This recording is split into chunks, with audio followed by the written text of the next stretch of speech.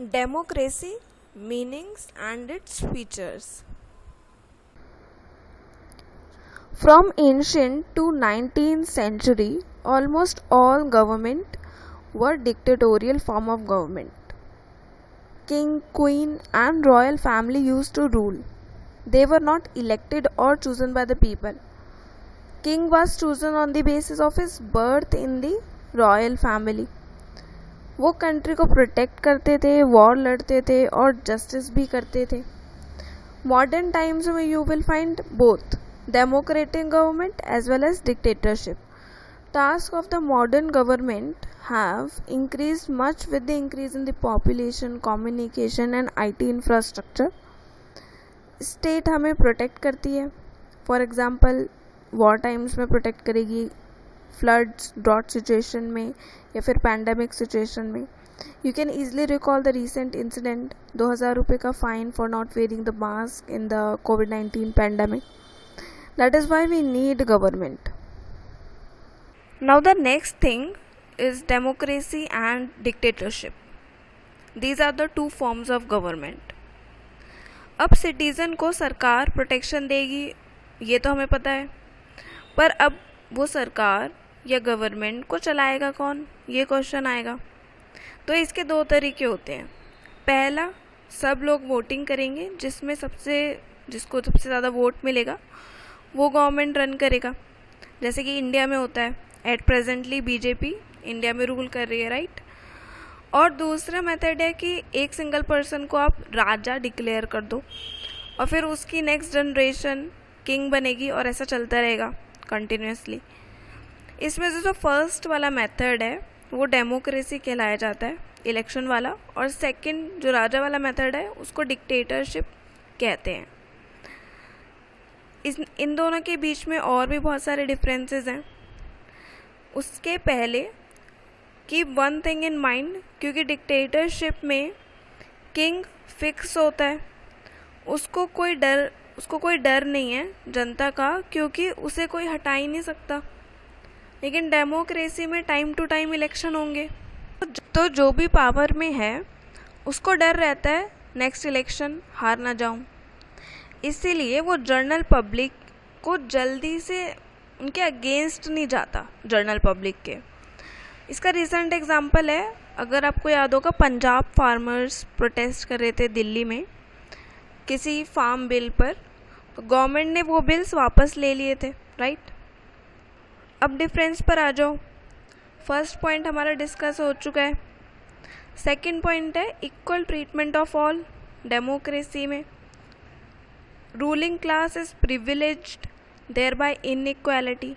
Monarchy में, democracy में prime minister से लेकर झोपड़ी में रहने वाले तक सब एक समान होते हैं. गलत साबित होने पर प्राइम मिनिस्टर को भी सज़ा होती है, लेकिन ऐसा मोनार्क में नहीं होता. King can do no wrong, ये कहावत है मोनार्क्स में. तो किंग अगर मर्डर भी कर देगा तो उसको पनिशमेंट नहीं मिलती. प्रिविलेज का मतलब होता है एडवांटेज होना, जैसे किंग को यहाँ पर है, उसको कोई सज़ा नहीं मिलेगी. अब थर्ड पॉइंट देखो, पीपल हैज़ अल्टीमेट पावर. कैसे? डेमोक्रेसी में. नेक्स्ट इलेक्शन में बताएंगे इसको, इलेक्शन होने दो. बेसिकली पीपल के पास पावर है रूलिंग पार्टी को हटाने की, क्योंकि रेगुलर इलेक्शंस हो रहे हैं और लोग क्रिटिसाइज़ भी कर सकते हैं सरकार का यहाँ पे, लाइक ये मोदी ने कुछ नहीं किया, एट्सेट्रा एट्सेट्रा. बहुत सारे लोग कार्टून बना देते हैं मंत्रियों के ऊपर, लेकिन ऐसा मोनार्क में पॉसिबल नहीं है. अगर क्रिटिसाइज़ करेंगे, next movement you will find yourself in jail. There is no freedom of speech in monarchs. Next point is political equality. Political equality में आपको दो बातें याद रखनी है. पहला, first is all citizen have right to vote irrespective of their religion, race, caste and sex. And second is सबके पास right है टू कंटेस्ट द इलेक्शन, मतलब सब लोग इलेक्शन में खड़े हो सकते हैं. तो दो हो गए, वोट देने का और दूसरा इलेक्शन में खड़े होने का। डेमोक्रेसी में पॉलिटिकल इक्वालिटी होती है लेकिन मोनार्क में नहीं होती क्योंकि वहाँ राजा फिक्स होता है। Next point is accountability. Accountability means answerability. Rulers अपने हर काम के लिए जवाब देते हैं। फॉर एग्ज़ाम्पल कोई नई सड़क बनी है, ठीक है, और वो नई सड़क पहली ही बारिश में टूट जाती है, तो जनता को ये अधिकार होता है पूछने का कि ये कैसे हो गया, पैसे तो पूरे लग गए थे। यही जवाबदेही डेमोक्रेसी में होती है क्योंकि अगर रूलर ने वैलिड रीज़न नहीं बताया ऐसा क्यों हो गया, तो नेक्स्ट इलेक्शन में कोई भरोसा नहीं है कि वो दोबारा वापस आएगा। लेकिन अकाउंटेबिलिटी मोनार्की में नहीं होती क्योंकि उन्हें हटने का कोई डर ही नहीं है, तो राजा है, ठीक है। डेमोक्रेसी के एग्जांपल्स में यूएसए, इंडिया, यूके यानी कि United kingdom, Britain and Japan ले लो। मोनार्क्स में UAE, Dubai, China, Libya etcetera. Democracy meaning. Democracy वह गवर्नमेंट है जहां रूलर्स को जनता इलेक्ट करती है। लेकिन क्या सब इलेक्टेड गवर्नमेंट डेमोक्रेटिक होती हैं? नो। पर क्यों? ये समझने के लिए we will understand the whole process through case studies. Democracy को इस्टेब्लिश करने की शुरुआत होती है वोटर लिस्ट से। वोटर लिस्ट बनाने से meaning who are the electors who will have the right to vote। दूसरा, इलेक्शन प्रोसेस रेगुलर होना चाहिए, फ्री होना चाहिए, fair, right. Third is decision कौन ले रहा है, इफेक्टिव रूलर कौन है, जो चुना हुआ व्यक्ति है क्या वही सारे डिसीजन ले रहा है या फिर कोई और डिसीजन ले रहा है। फोर्थ, इलेक्टेड बॉडी कॉन्स्टिट्यूशन और डेमोक्रेटिक प्रिंसिपल्स का ध्यान रखकर ही रूल कर रही है या नहीं। Let's first discuss each of these 4 points in detail. Electors I have already told you, जो वोट कर सकते हैं यानी कि वोटिंग लिस्ट में उनका नाम होना चाहिए। वोटिंग लिस्ट को बनाने के लिए और डेमोक्रेसी को इस्टेब्लिश करने के लिए 2 प्रिंसिपल्स का ध्यान रखना होता है। पहला होता है यूनिवर्सल एडल्ट फ्रेंचाइज और दूसरा होता है 1 person 1 vote and 1 value. Universal adult franchise का मतलब होता है कि हम सारे एडल्ट सिटीजन्स को राइट टू वोट दे रहे हैं irrespective of their race, caste, religion और सेक्स। इंडिया में एडल्ट उसको कहा जाता है जो 18 साल का या 18 से ऊपर का है।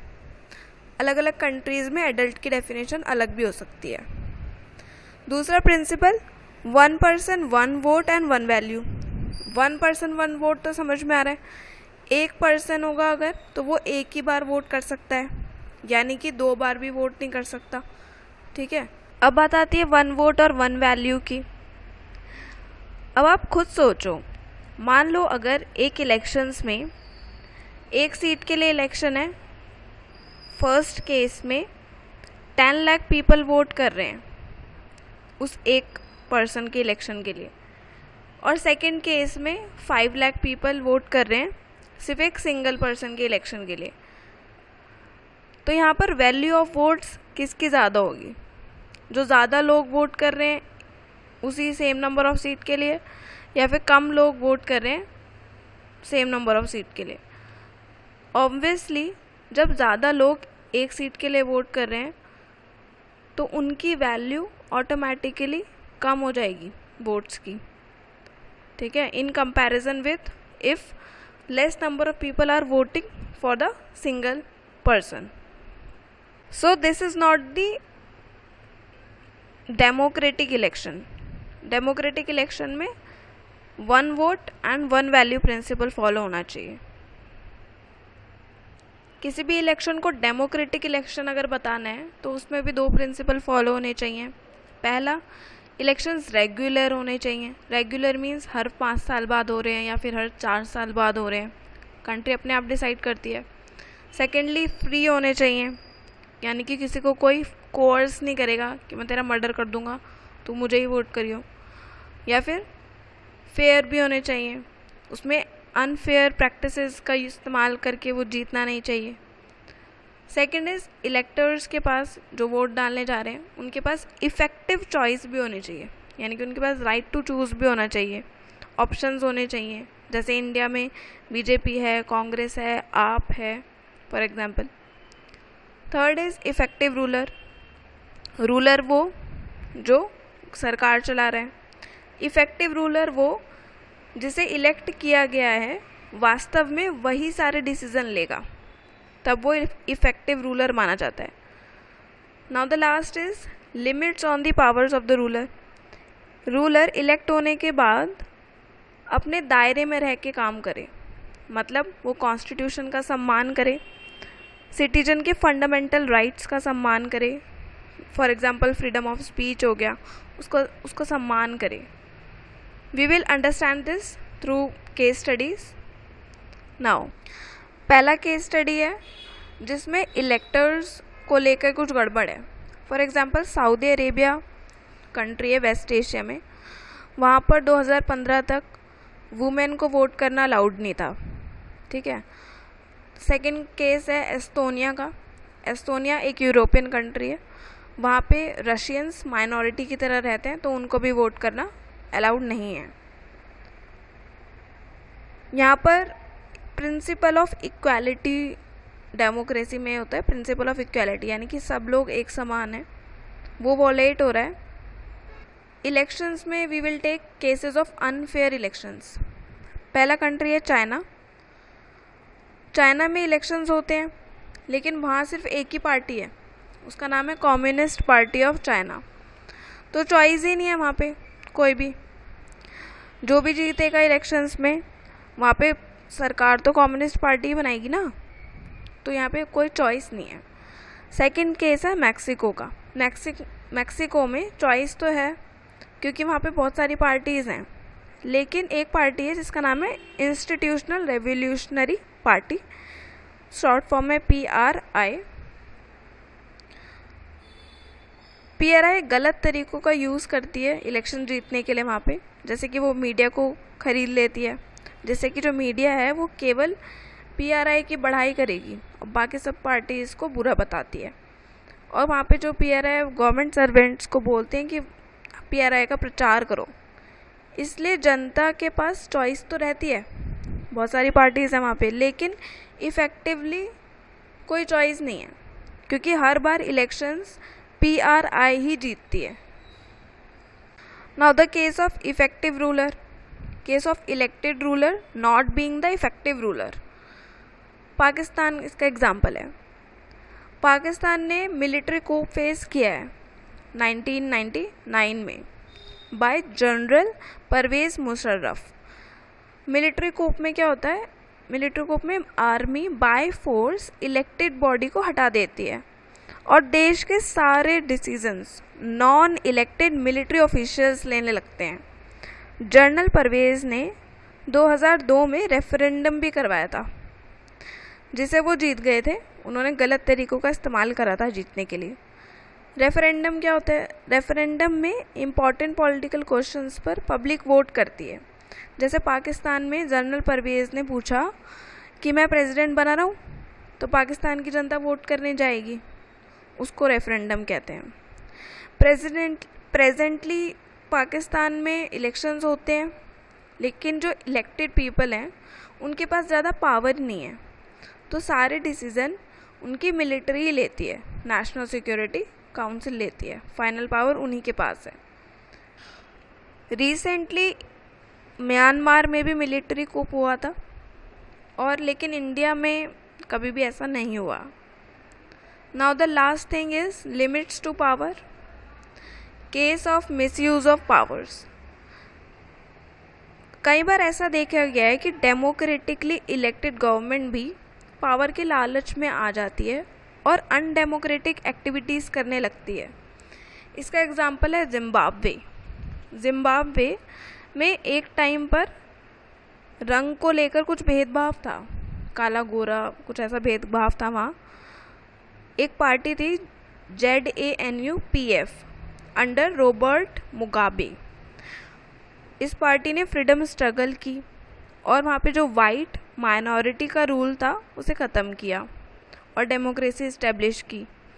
उसके बाद से जितने भी इलेक्शंस हुए हैं वो ZANU-PF ने ही जीते हैं, फेयर मीन से जीते हैं। वो पॉपुलर थी पार्टी वहाँ पे बहुत ज़्यादा।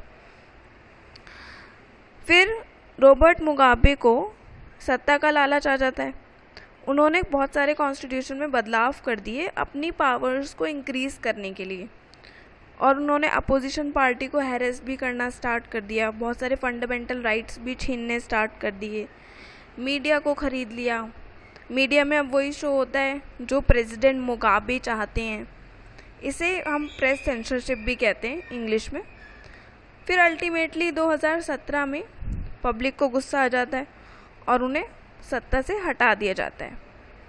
ऐसा सेम केस वैसे इंडिया में भी हुआ है इंदिरा गांधी के टाइम पर, और श्रीलंका में भी ऐसा अभी रिसेंटली हुआ था। डेमोक्रेटिक इलेक्टेड गवर्नमेंट को यार फंडामेंटल राइट्स का सम्मान करना चाहिए, जैसे कि फ्रीडम ऑफ स्पीच हो गया, एक्सप्रेशन, ओपिनियन, उसकी रिस्पेक्ट करनी चाहिए। नाउ अब हमें ये पता चल चुका है कि अगर हम डेफिनेशन में केवल ये बोले कि rulers should be elected by the people is called democracy, तो ये इनकम्प्लीट डेफिनेशन है, पार्शल करेक्ट है ये। There is a holistic definition of democracy. Democracy is a form of government in which rulers elected by the people take all the major decisions. Elections offer a choice and fair opportunity to the people to change the current ruler. जैसे कि India में है, कांग्रेस को हटा के BJP आ जाती है। This choice and opportunity is available to all the people on an equal basis. यानी कि यूनिवर्सल एडल्ट फ्रेंचाइज, कोई भेदभाव नहीं होना चाहिए वोटिंग में। Last and the fourth point is the exercise of this choice lead to a government limited by the basic rules of the constitution and citizen right. जो constitution ने कुछ basic rules establish कर रखे हैं और जो citizen के fundamental rights constitution में ग्रांटेड है, वो कोई भी डेमोक्रेटिकली इलेक्टेड गवर्नमेंट छीन नहीं सकती। उसे under the rule of law ही काम करना पड़ेगा।